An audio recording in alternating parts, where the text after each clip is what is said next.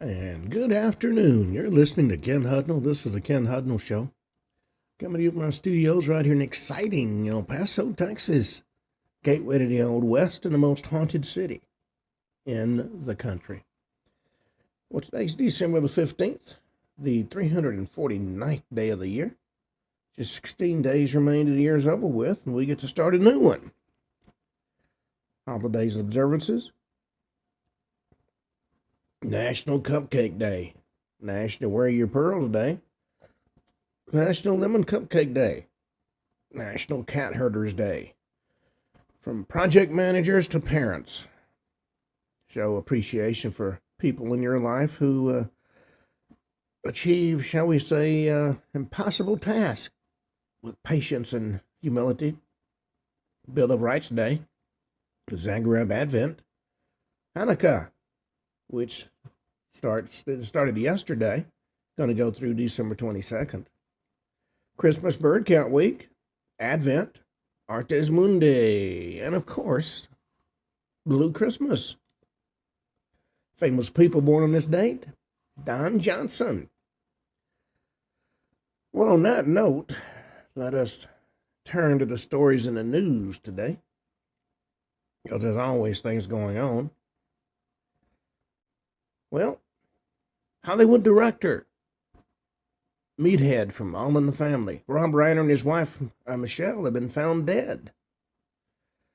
The Reiners were the two people found dead Sunday at a Brentwood, California home.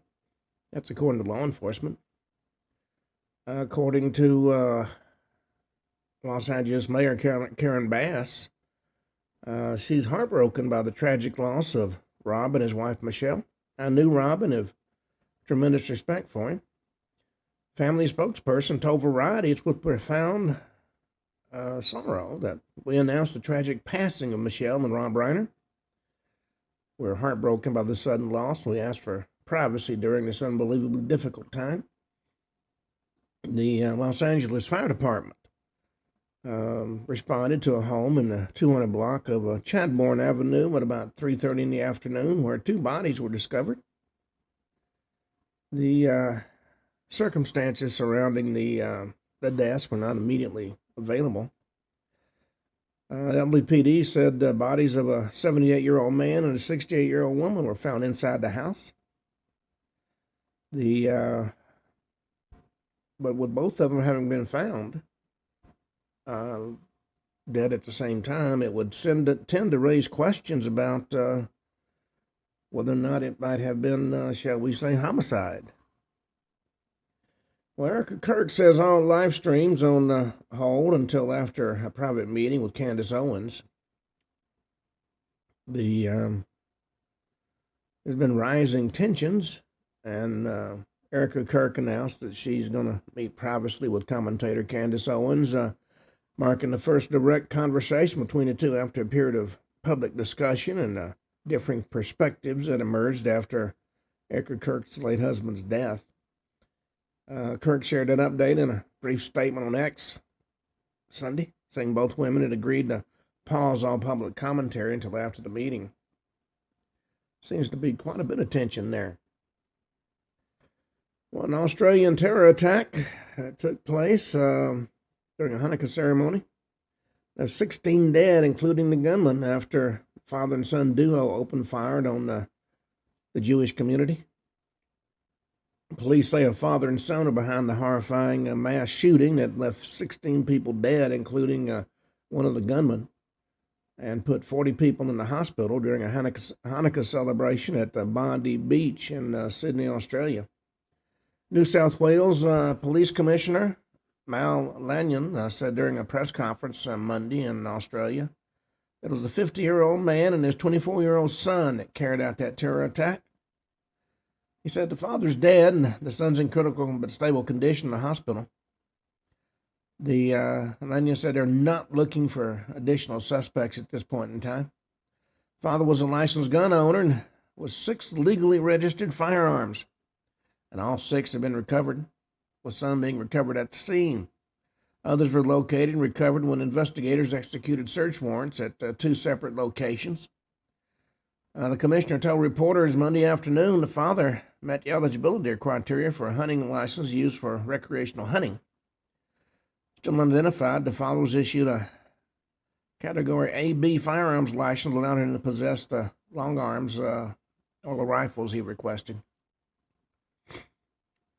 Lanyon told police the warrants were executed at a property in Campsie and another property in Bonnyrigg. Added their residential address was in Bonnyrigg, though they were staying in Campsie. The father had had that gun license apparently for 10 years. Well, there was also a shooting at Brown University, and the manhunt resets with release of a person of interest who was arrested. Shooting at Brown University happened inside a classroom at the Barras and Hawley Engineering Building about 4 p.m. on Saturday. 2 Brown University students were killed and 9 students were wounded. Police announced the person of interest was taken into custody Sunday morning. Later that night, officials said that individual was being released. Search for the killer remains ongoing as police say surveillance video showed a man dressed all in black as still the most useful to help track down the gunman. Apparently there was a class ongoing when the guy walked in the back of the room and started shooting. And apparently he, in the confusion, he escaped before anybody could identify him. Well, there's a type of bread doctors say helps keep things moving in the bathroom. If you got digestive issues, experts often caution that eating bread will make those issues worse, but there is one exception. British researchers published new guidelines earlier this fall about foods that can relieve constipation. King's College from London said in a news release that the research is the first ever evidence-based dietary guidelines for adults with chronic constipation. The main recommendations are kiwi, mineral water, and surprisingly, rye bread. Guidelines found that there's simply enough evidence to suggest that fiber actually works in constipation specifically. Instead, research reveals that some new dietary strategies could help patients.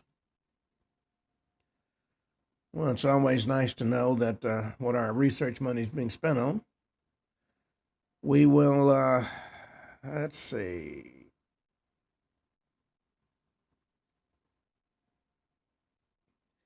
Jets quarterback's parents celebrate as the rookie throws his first career touchdown pass. Brady Cook wasn't exactly tasked with salvaging the New York Jets' 2025 season as he made the first start of his career Sunday against the Jacksonville Jaguars. But he was expected to showcase what he could do on the field. He didn't disappoint in the first quarter. Led the Jets on an 8-play, 65-yard drive that ended with a touchdown pass to Eldani Mitchell and helped cut the deficit to 7 points at the time. CBS broadcast showed Cook's parents celebrating in the stands at the Everbank Stadium. First touchdown pass of his career. He also completed 6 consecutive passes before throwing an interception, which just goes to show you can't win them all. Well, McDonald's CEO has delivered blunt career advice that's going to hurt your feelings in the Instagram video. Fast food executive tells nearly 50,000 Instagram followers to take ownership of their professional paths. In a video posted to his Instagram account earlier this week titled Tough Love with the McDonald's CEO, Kremzinski encouraged people to take full ownership of their professional journeys rather than waiting for other folks to open the doors for them. He said, the advice I'd give is, remember, nobody cares about your career as much as you do. So this idea that there's somebody out there looking out for you was going to make sure you get that opportunity to put you in the right thing. Great if that happens, but at the end of the day, nobody cares about your career but you. And that is solid advice, I'd have to say. Well, a DoorDash driver has been charged with felony food tampering after putting pepper spray on food she was delivering, and that incident went viral. You got to remember there are cameras every place. Kentucky woman behind bars after allegedly pepper spraying a DoorDash customer's food, later telling authorities she'd been aiming his substance at a spider. Courtney Stevenson was arrested Friday at the McCracken County Sheriff's Office McCracken County Sheriff's Office after a doorbell camera appeared to capture her spraying something on a customer's order during a delivery. That incident left a married couple sick and quickly went viral online. Stevenson is now facing multiple felony charges, including battery resulting in moderate injury and consumer product tampering, according to a news release from the Vanderburgh County Sheriff's Office. Residents should be able to trust that the food they order for their families is safe, according to Sheriff Noah Robinson. If somebody violates that trust and endangers others, we're going to respond with urgency. We will pursue charges. Well, Vanderbilt quarterback Diego Pavia drops an F-bomb on Heisman voters after losing the trophy to Fernando Mendoza. While Fernando was enjoying his Heisman Trophy victories, he prepares for the Indiana Hoosiers college football playoff run. Vanderbilt quarterback Diego Pavia, one of the Heisman finalists, is not happy about how the votes came out. He's the Commodore's veteran signal caller, was blunt about how he felt about Mendoza winning in New York City. Made a post to his Instagram stories of a photo with a few of the Commodore teammates. Gave his thoughts on the voters. He said, F all the voters, with a thumbs down emoji, but family for life. He was 23 years old, finished in second place, though it was distant after getting 189 first-place votes to Mendoza's 643. Sunday night, he issued an apology for that comment on X. Well, California is broke, but it's not too late for the rest of us. California used to be the place where people went to chase dreams. Today, it's the place where fiscal discipline goes to die. The Golden State, which is home to the Hollywood glitz, Silicon Valley billionaires, and the highest state taxes in America, is broke again, staring down another multi-billion-dollar deficit that exposes how unstable and dysfunctional its financial models become. In short, it isn't so golden anymore. For years, politicians like Gavin Newsom have insisted California is the shining example of fiscal stability that America should follow. When you peel back all the layers, what you really find is a state government that can't stop spending, can't plan for the future, is now caught in a structural budget crisis of its own making, and is more concerned about the needs and wants of undocumented immigrants than it is about Americans. Well, John Kennedy mocks Jasmine Crockett's Texas Senate campaign. Says the voices in her head just are not real. She announced her Senate campaign this month. Senator John Kennedy had sharp words about the prospect of her joining the chamber. He dismissed Crockett's Senate bid as unserious and out of step with Texas voters. And on Sunday, on the My View with Lauren Trump podcast, he said they need to tell her the voices in her head just are not real. Crockett launched her campaign earlier this month with direct attacks on President Trump, whom she's long criticized. She announced the bid in a video on X showing her standing as Trump's past insults played in the background. And her entrance into the race has highlighted the political divide in Texas and drawn swift pushback from Republicans. Kennedy said her platform will not resonate with the voters in the Lone Star State. And being in the Lone Star State myself, I would tend to say that's probably true. Well, we have an interesting question for folks. Are you too old to shovel snow? Experts are revealing the hidden heart risk. And as snow blankets parts of the U.S. this week, heart health experts have shared the warnings of the physical strains shoveling snow can take, particularly for older adults. 2025 Mayo Clinic review found that just 10 minutes of heavy snow shoveling can push the heart to about 97% of its maximum rate. Exposure to cold air was also found to increase blood pressure and reduce coronary blood flow. And while there isn't an official age it's too old to shovel, some cardiologists recommend individuals over 45 ought to exercise more caution to lower their chances of a cardiac event. And we've had snow here a few times, but we just all go back to bed until the sun comes out and shortly melts away. Well, Kelsey Grammer said he knew LA wasn't for him the minute he got there. We got nincompoops running things. I tend to agree with him. During an interview with Fox News Digital, the 70-year-old turbulence actor who's lived in LA since the early 80s recalled the moment he knew life was not for him. He said, it happened the minute I got here.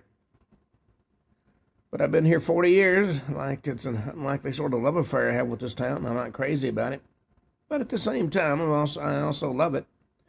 But I'm doing my best to kind of lift my heart to take each day as the gift it is. So what LA's a little challenging.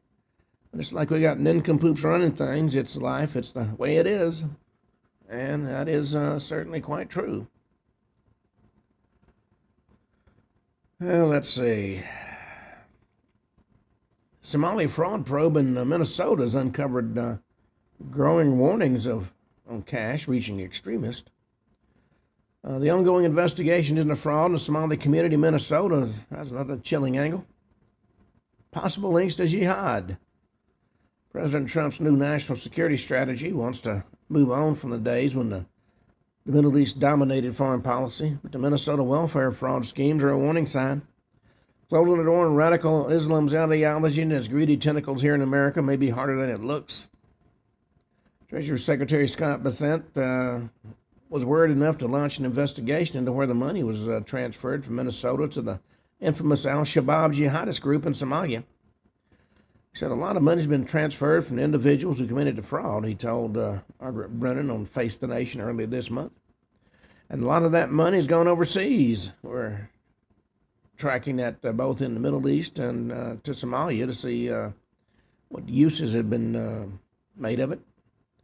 The main motive, of course, was pure unmitigated greed, as the U.S. District Judge Nancy Bracel said in her August 6th sentencing of Adaziz Safi Farah, who was convicted in a $250 million fraud scheme that exploited a federally funded child nutrition program during the COVID-19 pandemic. But the question is whether the sheer volume of remittances to Somalia may have directly or indirectly benefited terror networks. People come here as immigrants. Folks open their doors to them. They rob the place blind. Well, in Australia, during the Hanukkah attack, one bystander, a Muslim man of all people, risked his life to disarm one of the suspects during the shooting. Then he was wounded by the second shooter.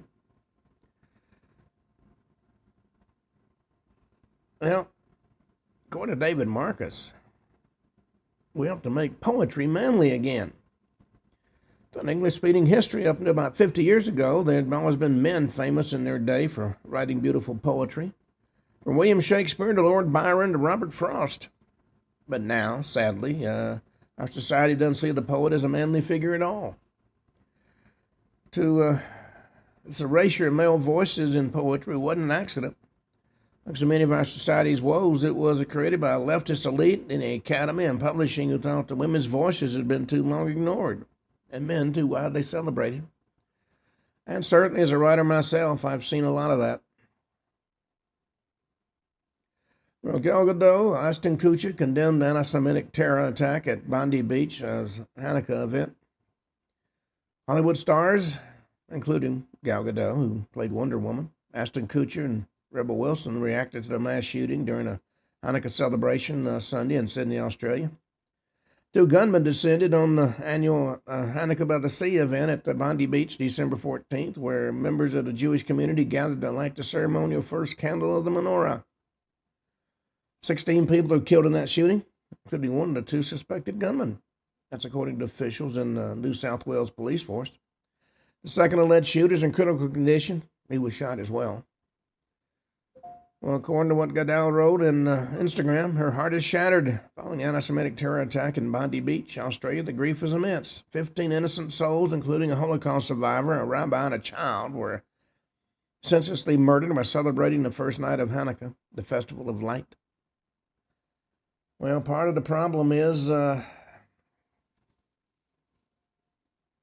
mass shootings seem to proliferate.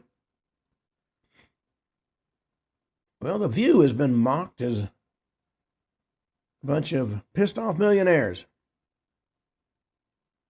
bragging about Trump and men on the Paramount Western show. Latest episode of the Paramount drama Landman mocked ABC's The View as a show about a bunch of pissed off millionaires on Sunday. The Pirate Dinner, the 5th episode of the show's 2nd season, featured a conversation between Tommy Norris, played by Billy Bob Thornton, and his father T.L., played by Sam Elliott. As they talk, Tommy suggests to his father he watch The View to pass the time. T.L. then asked Tommy what The View is, and he responded, it's a bunch of pissed off millionaires blowing about how much they hate millionaires and Trump and men and you and me and everybody else they got to be up there rearing about. It's a pretty funny show. And he does have an interesting point. No question about that. Well, Charlotte prioritizes a $3.4 million transit makeover blitz over safety after the recent stabbings, according to GOP chair. The city of Charlotte is under fire for approving a $3.4 million marketing campaign for the Charlotte area transit system. That's after recent stabbings on the light rail system. The Charlotte City Council voted this month to hire a Texas-based firm to support a multi-year communications and branding effort for the CATS. City officials have said the contract is unrelated to the recent stabbings on the light rail system and the timing was coincidental and not connected at all to the incidents. Well, the problem is with the revolving door at most police stations these days, thanks to liberal prosecutors, you can't really say one way or the other. Well, a Clinton-appointed judge, one of God's anointed, once again sabotages the Department of Justice's case against Comey. After more than 8 years of Democratic lawfare against President Trump, his aides, and his allies, the Justice Department is under Attorney General Pam Bondi's bringing a lot of needed accountability, which is what American voters demanded for in our last presidential election. But Democratic activist judges are doing the best they can to weaponize and sabotage. South Carolina Clinton-appointed Judge Cameron Curry, handpicked by a Biden-appointed judge, wrongly disqualified Eastern District of Virginia U.S. Attorney Lindsey Halligan. The bold, fearless prosecutor secured an indictment against former FBI Director James Comey for lying and obstruction of a Senate investigation into his politicization, weaponization, and corruption of the intel agencies and law enforcement to go after political enemies and protect political allies. The government, of course, is appealing that decision in the Fourth Circuit Court of Appeals. And now another political Clinton-appointed judge in the District of Columbia, Colleen Collar-Cotelli, has interfered even more egregiously in the government's case. The ruling threatens the separation of powers essential to the Republic, and either the D.C. Circuit or the U.S. Supreme Court has to intervene immediately. Well, God's anointed should concentrate on deciding what's legal and what's not, and not on deciding what cases can be brought. There's a big difference there. Well, Newsom's communications director slams Nicki Minaj as a stupid hoe after the rapper called out the governor's trans agenda. California Governor Gavin Newsom's director of communications, Izzy Garden, appeared to refer to rapper Nicki Minaj as a stupid hoe after the musician criticized the Democratic governor. On Friday, Minaj sounded off on Newsom in a series of social media posts after recently he told the New York Times Ezra Klein about his desire to see trans kids and his support for pro-trans legislation. You know, there's a lot of people who apparently slept through biology classes. They didn't learn that there are two genders. They think there's half a dozen. Whatever you identify as is what you are, which has got to be one of the stupidest statements I've heard anybody make in a long, long time. Well, the nutrient deficiency has been linked to heart disease risk for millions, according to a new study. 1/3 of the global population is falling short on omega-3 intake, a nutrient gap that may increase the risk of heart disease, cognitive decline, inflammation, and vision problems. That's according to an analysis published in Nutrition Research Reviews, in which researchers from the University of East Anglia, University of Southampton, and Holland and Barrett analyzed omega-3 intake patterns across multiple countries and age groups. Well, at that point, let us turn to our story. I'm going to respond to a request I got through an email. Going back to talk about some lost and hidden treasures. We got a lot of people who want to get out that metal detector and go wandering out through the woods. And there are a lot of treasures to be found, no question about it. The treasure I'm going to talk about today actually dates back to the Civil War and a secret society that many people say still exists, called the Knights of the Golden Circle. Now, the treasure, many say, can be found in the stillness of northern Pennsylvania's hardwood forest. A lot of locals call this area dense woods. That's dense, D-E-N-T-S. It's an area where you see a lot of ravens dipping between the hemlocks. There's a creek that runs through the area. Folklore insists that the soil remembers blood and bullion. According to treasure hunters, 13 Union wagons heavy with gold excuse me, heavy with gold bars vanished in 1863, stolen by saboteurs linked to a secret society known as the Knights of the Golden Circle. In 2018, the FBI actually went in, cordoned that area off with yellow tape, and by dusk, the Bureau announced that it found nothing of value. Now, witnesses did hear drilling go on through the night. Next morning, the agents were gone. In their place, the agents left the rumor that the government had spirited away the gold to keep America's deepest ghost story buried. Now, the Knights of the Golden Circle, that organization was born in the twilight years before the Civil War. Well, that's a former organization in a shifting constellation of militias and financiers and fire eaters. This group dreamed about a slaveholding empire encircling the Gulf of Mexico. The Golden Circle, as they called it, that ran from Havana to Veracruz, from Panama to Richmond. And they preached annexation and plotted coups in Cuba and slipped Southern sympathizers across state lines.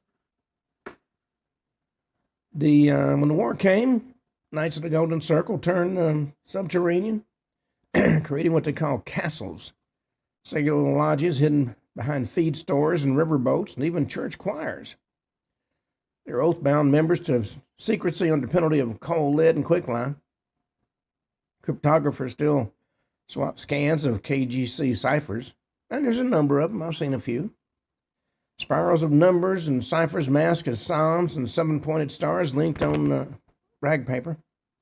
Society said to have specialized in one practice above all: hiding treasure, believing that bullion could finance a second Confederate uprising once the smoke cleared. Now, this legend begins in early June of 1863. Union Captain Daniel Mohan got orders to escort a wagon train of freshly minted gold bars. This was payment destined for Federal troops defending Harrisburg against Lee's army in Northern Virginia. The official route traces a lonely forest road skirting the Allegheny front. According to Army payroll ledgers, the shipment never arrived at its destination. A single courier stumbled into Bellefonte weeks later, delirious and frostbitten despite the summer heat, claiming Confederate bushwhackers had ambushed the convoy. Standard histories chalked the episode to banditry or paperwork error. The campfire retellings whisper a different story. The escort itself had been infiltrated by the Knights of the Golden Circle operatives. They murdered the loyalists, rolled the wagons into ravines, and salted the map with decoys to keep uniformed search parties circling aimlessly. Now, treasure lore paints the Knights of the Golden Circle caches as puzzles wrapped in landscapes. Gunshot-drilled oak might align with the midsummer sunrise. A rock cairn hides a quartz shard etched with directions only readable under moonlight. And dense run, so the story goes, is encoded in a Triskelion of landmarks. One is called the Devil's Elbow, a link in the creek where a water glints red at sunset. Or the Widow's Chimney, a basalt column resembling a headstone, visible only from a ridge 3 miles south. Or the third one is the Weeping Giant, a cliff face that appears to leak rust-brown tears after a heavy rain. You put these three on a map and draw a scalene triangle, and at its center lies the burial pit. Or so promises decades of tattered notebooks traded at swap meets by men with metal detectors and restless dreams. Well, KCG cipher manuals, when they surface in estate sales, and a number of them do, read like arcane grimoires. One system, nicknamed the Rose Wheel, spins two concentric discs of letters and numerals against each other, resetting daily at noon. Another one, called the Widow's Mite, folds biblical verses into a tableau of dots and dashes hidden inside capital letters. Now, decoding any single message yields coordinates, but the coordinates are often misdirection. The true spot lies a deliberate compass error away, forcing initiates to prove field craft before they taste the golden treasure. Enthusiasts speak of triple blinds, messages whose plain text refers to a second cipher that points to a third, the final puzzle, as it were. Solving it said to unlock not only treasure, but membership in a society's hidden remnant, rumored to guide events from the shadows even now. And I've heard many stories, having grown up in the Deep South, about the Knights of the Golden Circle still having an existence. Dent's Run sits in Elk County, once a lumber boomtown corridor, now reclaimed by black bear and fern. And the region's isolation nurtured the myth. Loggers in the 1890s talked about lantern lights drifting across ridge lines at midnight, always disappearing near the same gulch. Depression-era moonshiners report hearing muffled picks in the ravine, as if somebody's tunneled underneath the creek bed. In 1965, a local boy found arrowheads dug into a hollow plank lodged under a boulder. Inside was an iron buckle embossed with crossed revolvers and the letters KGC. Young man's father, fearing trespass charges, threw that relic back into the pit and buried it deeper. 30 years later, elderly and consumed by regret, he confessed the story to a treasure hunting magazine, which of course sparked a modern gold rush. Well, into all the chaos and confusion came two men, Dennis and Kim Parada, father-son team from a nearby borough. Armed with ground-penetrating radar and decades-old rumor, they staked claim to a hillside clearing in 2004. Obtained state prospecting permits, and there they might as well have been IOUs. Paradas drilled, resisted black flies, endured winters that froze rock into iron. Instruments pinged a mass deep enough to be metal, too deep to be scrap. Their data suggested a rectangular anomaly 7 feet down, matching the footprint of a Civil War wagon chest. They petitioned the Pennsylvania Department of Conservation for a full excavation. Well, amazingly enough, paperwork was stalled, lost, refiled. Meanwhile, strangers in pickup trucks began lingering at the trailhead, scanning with telescopic lenses before vanishing into the night. Parada suspected rival treasure hunters, or even worse, government scouts. Well, in December 2017, an unexpected knock rattled the Parada's door. Agents from the FBI's art crime team requested to inspect their survey data, offered cooperation. Bureau said they had an interest in recovering lost federal property. A joint dig, they said, would secure the site, verify the treasure, and split any proceeds after legal adjudication. And the Paradas, tired and half broke with all the expenditures they'd made, agreed. Well, you know what the two funniest lies you can ever hear are? I'm from the government. I'm here to help you. March 13th and through the 15th, 2018, bulldozers and portable floodlights and geophones and a white command trailer rolled up the logging road. Federal marshals closed off the area, citing public safety. And at dusk on the 15th, a mechanical thud echoed across trees, steel meeting steel.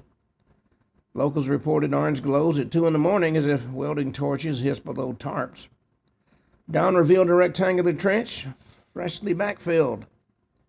The lead agent declared no gold located and drove off before reporters could get there. State officials later refused Freedom of Information Act requests, citing law enforcement exemptions. Marauders were left with a bare hillside and a silent, thickest fog. Independent observers put together a logistics timeline. A convoy of 3 dark green trucks left the dig site about a little after midnight, heading south on Route 255, turning into Interstate 80 under escort by unmarked SUVs. Traffic and cameras along the route experienced maintenance outages that same night. Convenient, don't you think? One amateur radio operator intercepted encrypted military burst transmissions at matching military frequency hopping patterns. Convoy's trail ended in Harrisburg Rail Yard, where maintenance hangar's lights burned until dawn.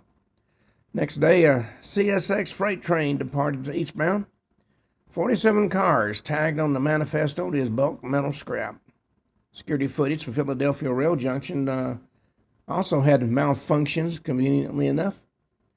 By the time rumors filtered to the public, the alleged goal could have been anywhere in the country. Treasury Department balance sheets list no sudden bullion influx in 2018. Forensic economists note anomalous discrepancies. The Federal Reserve reported a modest spike, exactly 9.2 tons, in non-allocated gold resources under restricted account designations that spring. That number, 9.2 tons, matches folklore estimates of the Dents Run cache. Some theorists argue the gold was never intended for Fort Knox at all. Instead, it replenished covert slush funds, financing black projects too dark even for congressional intelligence panels. Others believe the bullion, mint-stamped 1863, possessed what was called historical resonance, talismanic energy prized by secret fraternities within the defense establishment, and there are several.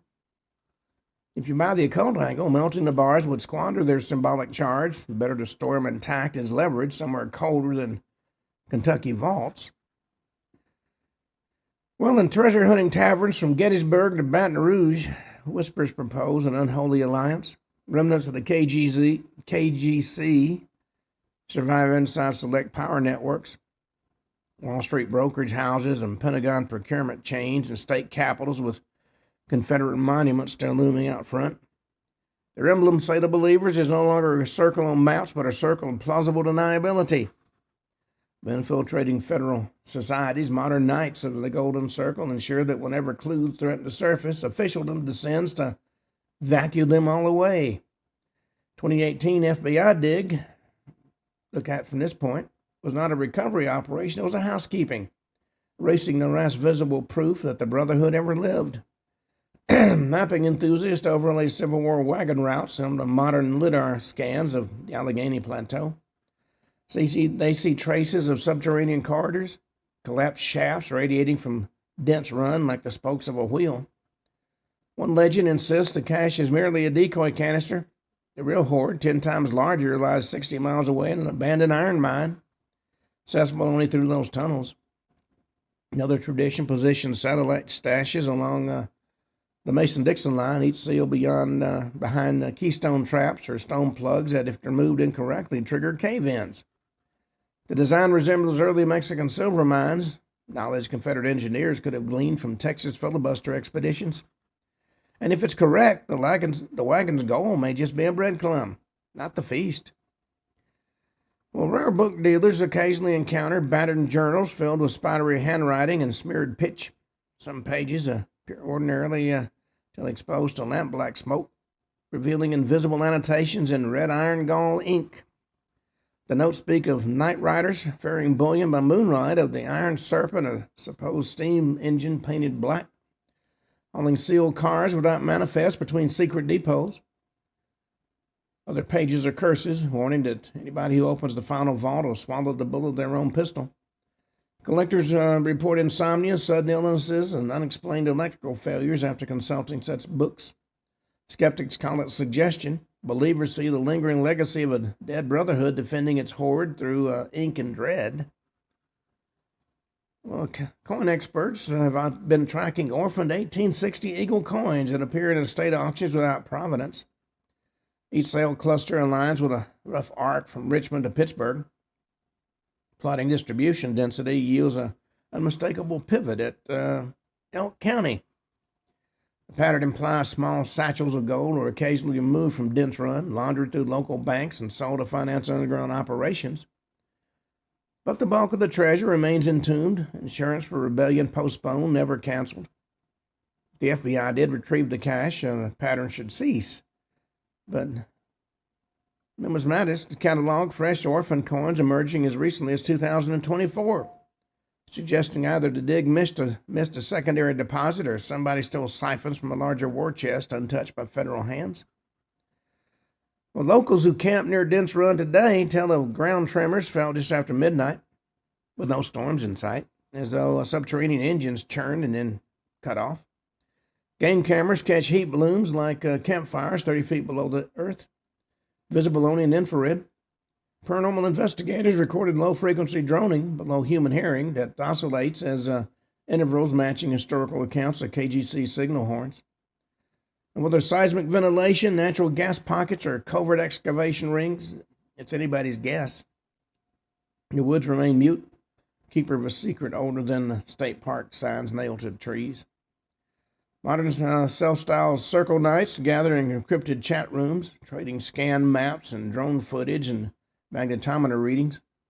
They debate password-gated drop boxes containing supposed KGC membership rolls, cross-referenced with 20th century political dynasties. Fringe podcasts claim to host descendants of original knights who hint at Phase 2, a plan to restore the Confederacy not by arms but by financial conquest, leveraging hidden gold to sway corporate takeovers, write campaign checks, rig commodities markets. One host concludes his show with a chilling sign-off. You can conquer a people, you can buy them, which method leaves fuel and bullet holes in the ledger, which, of course, is an interesting point. Well, there's a bolder narrative that blitzes social media every few months.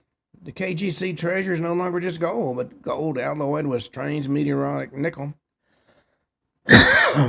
Metal, harvested from Pennsylvania Fall Streak in 1859. Alchemists within the Brotherhood supposedly forged experimental memory coins that resonate to specific acoustic frequencies. They act as data keys for hidden ledgers carved in obsidian. Possessing a coin is to possess literally the password to dormant accounts in Swiss banks. The FBI, according to this version, rated Dents Run not for bullion or for cryptographic tokens capable of bankrupting or enriching nations with a clink of metal on a marble. Sensible historians offer prosaic explanations, of course. The shipment probably never existed, or if it did, it was ambushed by common deserters, melted down, and dispersed long before 2018. The FBI dig was actually seeking Civil War artifacts. Unfortunately, it found none, according to this theory, and they left. Equipment glitches, camera outages, bureaucratic stonewalling. These are routine government missteps, according to this particular theory. To the rational mind, the romance of buried gold seduces treasure hunters into seeing patterns in the static of a forest. But even the level-headed admit unease. Why cloak a routine archaeology in nighttime drills and encrypted radio signals? Why refuse basic FOIA requests? Official opacity intended to quash rumors fertilizes them instead. Well, if you visit Elk County during summer's green crescendo, you might encounter men with lidar tablets and women lugging electromagnetic induction coils, retirees pacing with oil divining rods. They all talk about the pull, what they call an invisible tug drawing them back each season. Marriages and mortgages be damned. Cafes pin maps where X's overlap. Hardware stores sell out of shovels. And the gold, whether it's real or not, has become a psychological isotope, emitting a half-lives of an obsession. Dreams flicker with lantern light in hollows. Waking hours echo with the clank of phantom wagon wheels. Now, legend says the knights buried the gold to resurrect a nation that had betrayed their vision in a Crow cemetery. 21st century debates whether the nation that condemned slavery now buries its own secrets beneath federal seals and steel fences. The dense-run pit, whether filled with bullion or empty shale, reflects America back at itself. A land uncertain which history is to exhume, which to endure forever. Each rumor glittering bars is also a rumor without power, about power, memory, and who gets to dig where the past still bleeds. But for now, the hillside sleeps under fiddlehead ferns. A rusty rail casing guards earth that may, just inches below, cradle fortune enough to rewrite myths, or merely the bones of a story that just refuses to die. Either way, the whisper persists. Gold doesn't tarnish and secrets don't rot. They only wait. Well, I've heard many stories about Civil War treasures just waiting to be found. The problem is, there is some truth to the stories that ancient secret societies still guard these treasures. And being from the Deep South, unknown people who still swear by some of the philosophies echoed during the 1860s. You would think in the late 1900s and 2000s, these ancient philosophies would have long since faded away, but there are places in this. My father had a job in a town in Mississippi that I'm not going to name, and we went to visit. And one gentleman took me in the back of his store and pointed at the wall where there was an eagle in front of a Confederate flag. And in all sincerity, this man, who by all intents seemed to be sane, said, "Son, you got to remember, some things never die. They just wait." Well,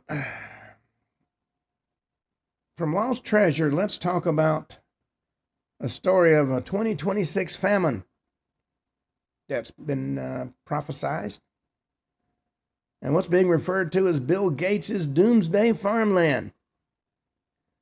According to across the American heartland, auctioneers gavel away family farms at an accelerated rate.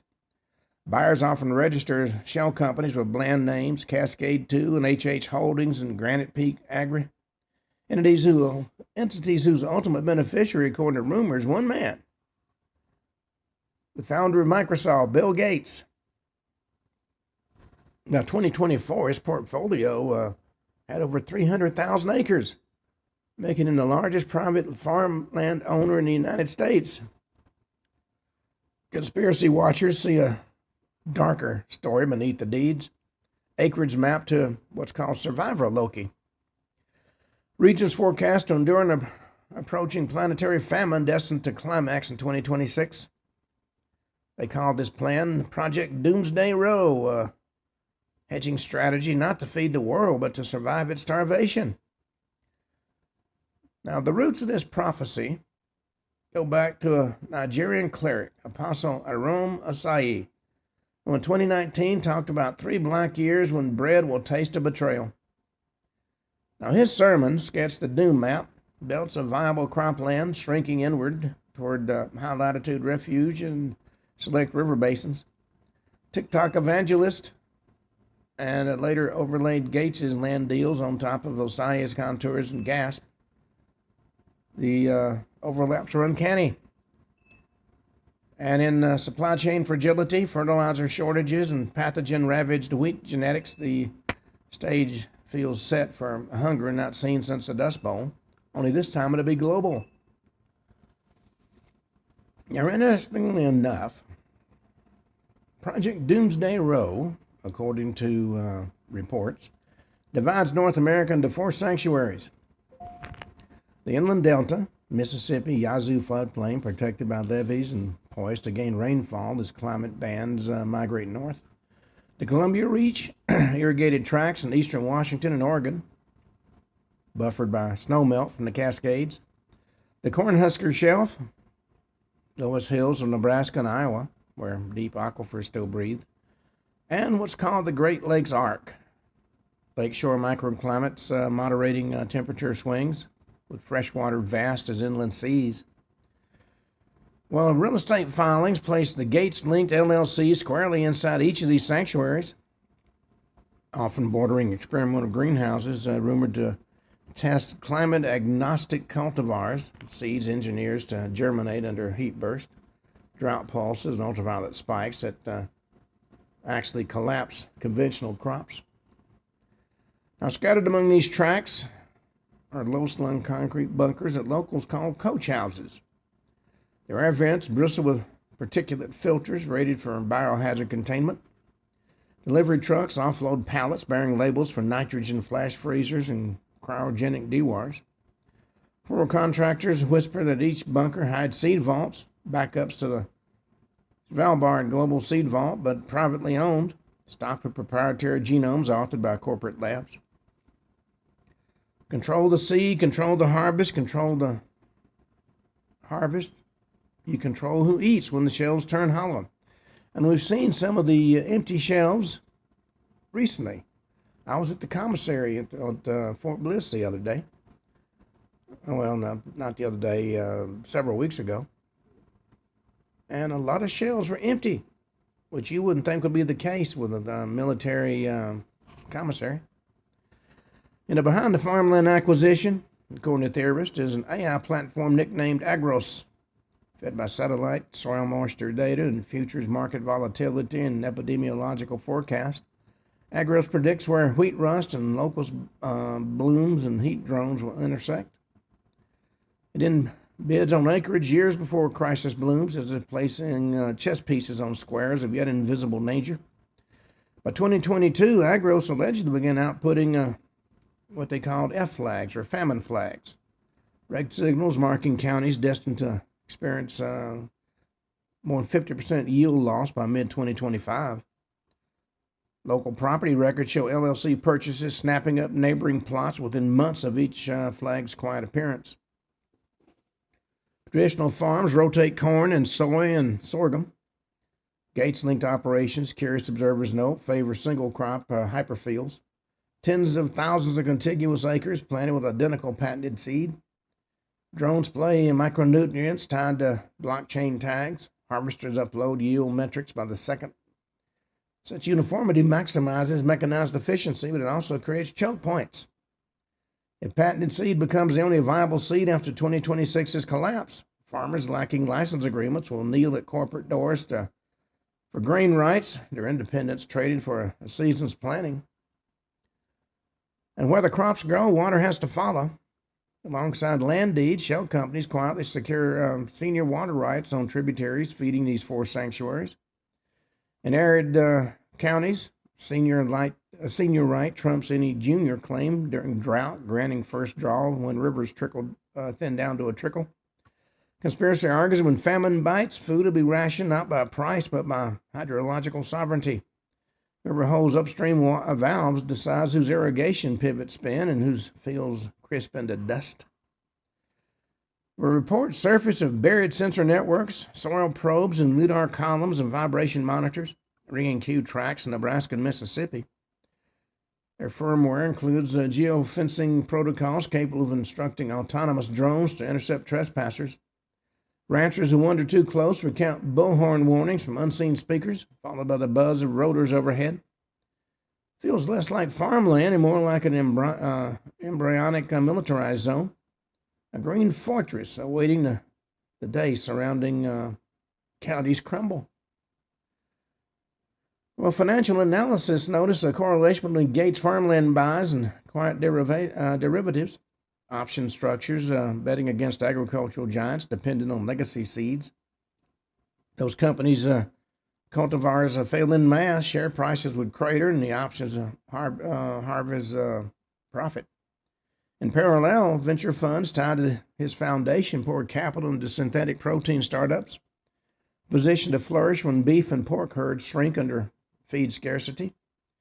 Forms a feedback loop. Own the land that still produces feedstock, profit from the collapse of land that doesn't, and sell the survivors' lab-grown alternatives grown in your own fermenters.